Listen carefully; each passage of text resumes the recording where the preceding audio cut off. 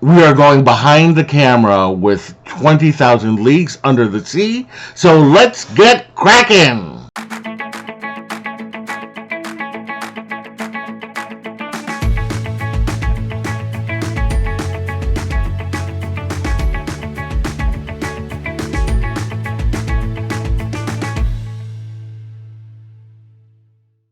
Hello, my explorers, and welcome back to Loren's Adventures Out There.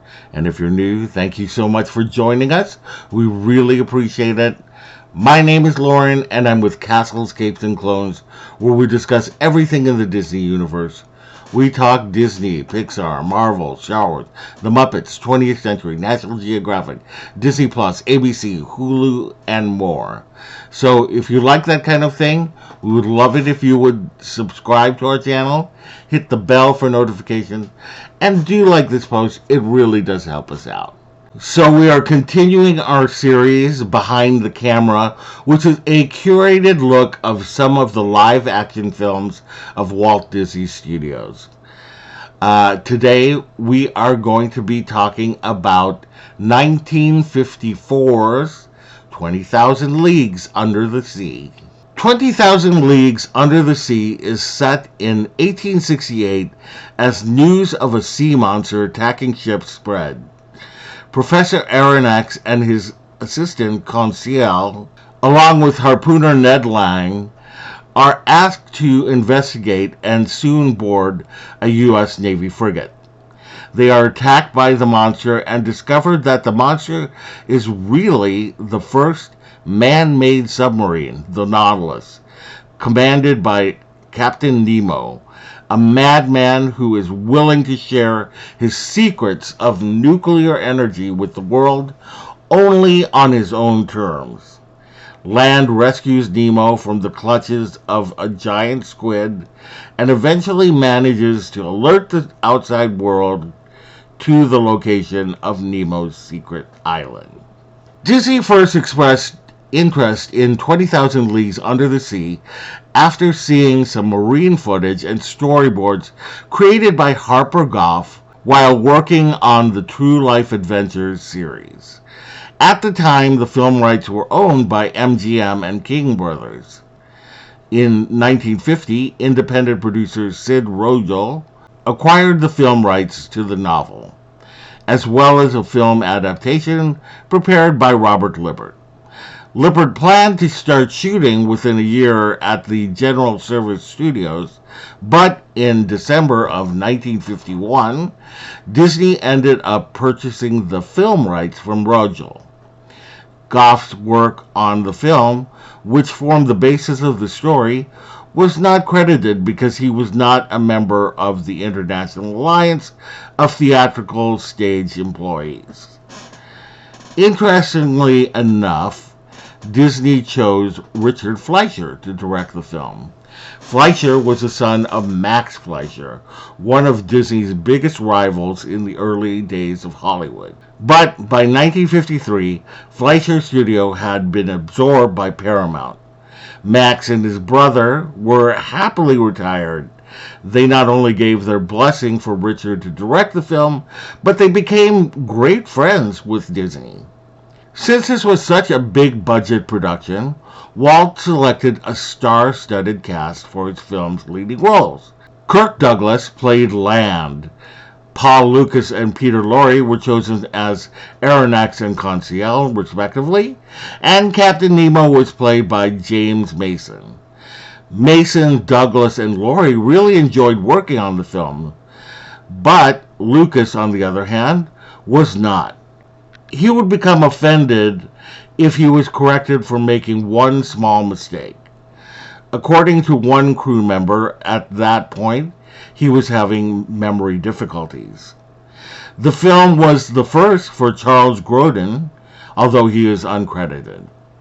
Screenwriter Earl Felton handed over his screenplay to the art department upon completion.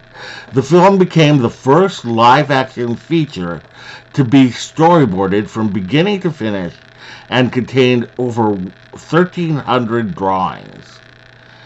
The film was the first of a few Disney films to be photographed in CinemaScope and was one of the first outside of 20th Century to do so. Ironically, Disney now owns 20th Century, so it technically produced the first CinemaScope films. 20,000 Leagues Under the Sea was filmed at various locations in the Bahamas and Jamaica, with the cave scenes filmed beneath what is now the Extabi Resort on the cliffs of Negril. Other scenes were photographed in Nassau, Lyford Cay, and Death Valley.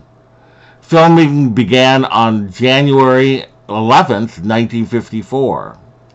Some of the location filming sequences were so complex that they required a technical crew of more than 400 people. The production was rocked with challenges. The famous giant squid sequence had to be entirely reshot. It was originally filmed at dusk during a calm sea. The sequence was filmed again to add drama, this time by taking place at twilight during a massive thunderstorm. It also hid the cables and other mechanical pieces of the squid.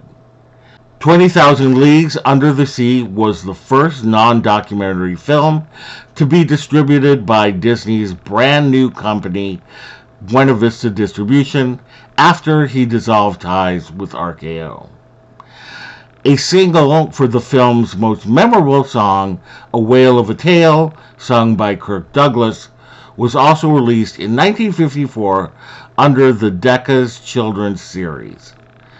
The song And the Moon Grew Brighter and Brighter, which Douglas sang in Man Without a Star, was the B-side.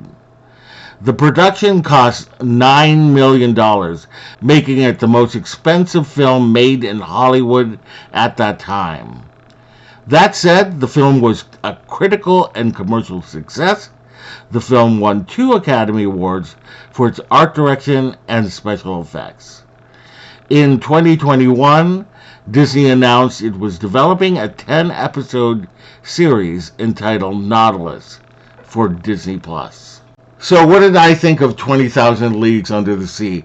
You know, it had been years since I last saw 20,000 Leagues Under the Sea, and I was worried that I was going to, some of these are the early films don't necessarily always hold up, especially ones of legendary status, such as this one. But I have to say this one held up. It was very exciting. I loved all of the acting. I've always loved James Mason and Kirk Douglas and Peter Lorre. I'm not as familiar with Paul Lucas, but hearing that he was a Pip during production, I don't know if I want to. It's just a great kind of like swashbuckling, science fiction kind of film that was perfect for Disney at the time. And I think that it was, it's just fun. I don't know how to describe it other than it being just this fun romp. It was early steampunk, one could say. And I also forgot to mention that a fun fact, the organ in 20,000 Leagues Under the Sea is the organ in the Haunted Mansion at Disneyland, the one that's played by Victor Geist. So that's a little piece of trivia that you should know about. Anyway, I really enjoyed watching the film again after umpteen years of not seeing it. Did you see 20,000 Leagues Under the Sea? And if you did you love it? Did you hate it? Let me know in the comments below. And if you had a good time today, we would love it if you would subscribe to our channel, hit the bell for notifications, and do like this post, as it really does help us out. Visit us on all of our socials down below, and visit our website at www.castlescapesandclones.com. Thank you so much, and we will see you later. Bye!